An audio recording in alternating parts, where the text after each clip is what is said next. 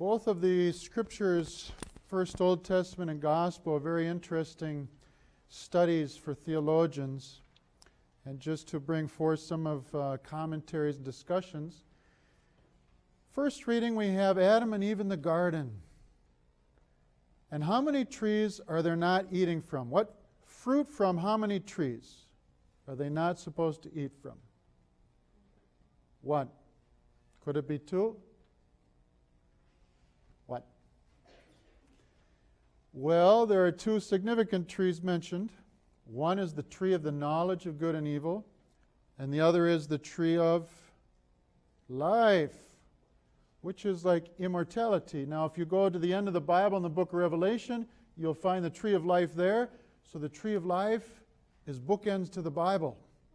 It's in the beginning in Genesis, at the end in Revelation. And Jesus is really the tree of life, because Jesus gives us eternal life. For a long time, I, seminarian and priest, thought Adam and Eve had never eaten from the tree of life in the garden. And the reason why I thought that is because after they sinned and God kicked them out of the garden, and then he put the angels in front with the sword and said, don't let them back in because they might eat from the tree of life. Right? That's the rest of the story. And why is that? Because God didn't want them, if the tree of life symbolizes eternity, he didn't want them eternally in a fallen state. Get them out of there now. So I just always assumed, until this semester, I learned something new. I know, you can hardly believe it. That they never ate from the tree of life. But you know what? The original design of God is a soul with immortality. And the original gift was that they would live forever until they sinned. It is actually a dogma of the church that death enters because of sin. Evolution would like us to think death is just part of evolving, but the Christian world says no. For humans, death comes because of sin. So maybe in fact they did eat from that tree for a short time before they sinned. That just occurred to me this year. Now that tree of the knowledge of good and evil. Why is that tree of knowledge of good and evil? Why does it even exist? Maybe it's because the angels fell first. Why is there evil in a tree? That's my question. Well, if the angels fell before humanity, and all of creation was affected, disharmonized, suddenly we can have evil in a tree. Well, so they ate and they fell. And here's the irony of it. The liar tempted them to believe that God was a liar. The liar, Satan, said, God told you not to eat from that tree? Oh, but God doesn't want you to eat from that tree, because if you do, you're going to be like God. You see, suddenly he made God and Adam and Eve rivals. Now somehow they're in a competition. And they distrust God. Yeah, maybe God didn't want us to eat because he doesn't want to be as powerful as he is. Trust. Very important. Now, you know, of all those fruits of the trees that were eaten in the garden, do you know when Adam, or the sons of Adam and Eve, daughters, started to eat flesh? There's no sign that they were eating animals or flesh in the garden. That comes after the flood in Noah. If you read the scriptures, after Noah, they start eating animals. And so there is some question mark, you know, is it because of fallen nature that we do that? Fast forward to the gospel, Jesus in the desert, he takes the lie and he overturns it. The lie of Satan is presented to Jesus. Now, we have desiring elements in our body and soul.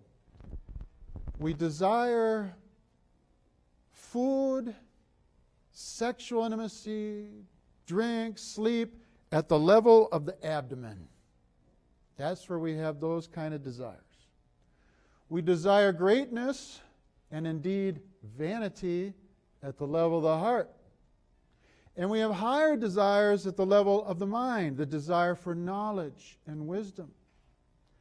Now, what has happened in our nature is, though we are good of nature, we become disharmonized.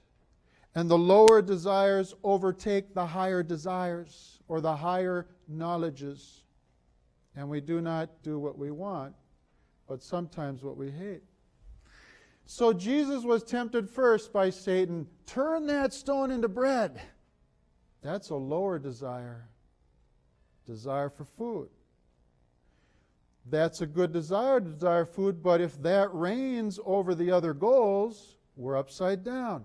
Then Satan said, you know what? From this parapet, look at all the kingdoms. I'll give them all to you if you worship me. That's the level of the heart. That's vanity, aggrandizement, grandiosity. Greatness, but twisted.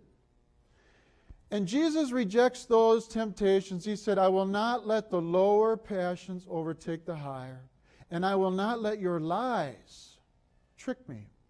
Now, all the quotes that Jesus makes in the desert, they all come from the book of Deuteronomy. They all come in reference to 40 years of the Israelites in the desert.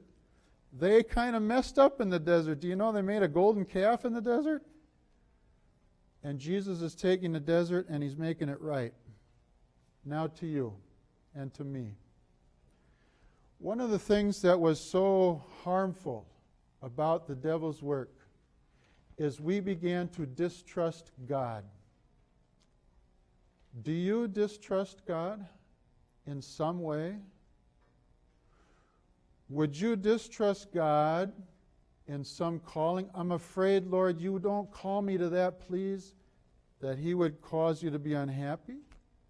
Would you distrust God that he would provide for you in a difficult situation, or that he has your future in mind? Would you distrust him to be your advocate if you were sick with coronavirus? That's out there, isn't it? Coronavirus. That's real. We have fears of certain things, but unfortunately, sometimes we also fear God. And Satan has brought that lie. God is true goodness, true love, true loyalty. So let's examine where we might distrust God and ask for greater trust.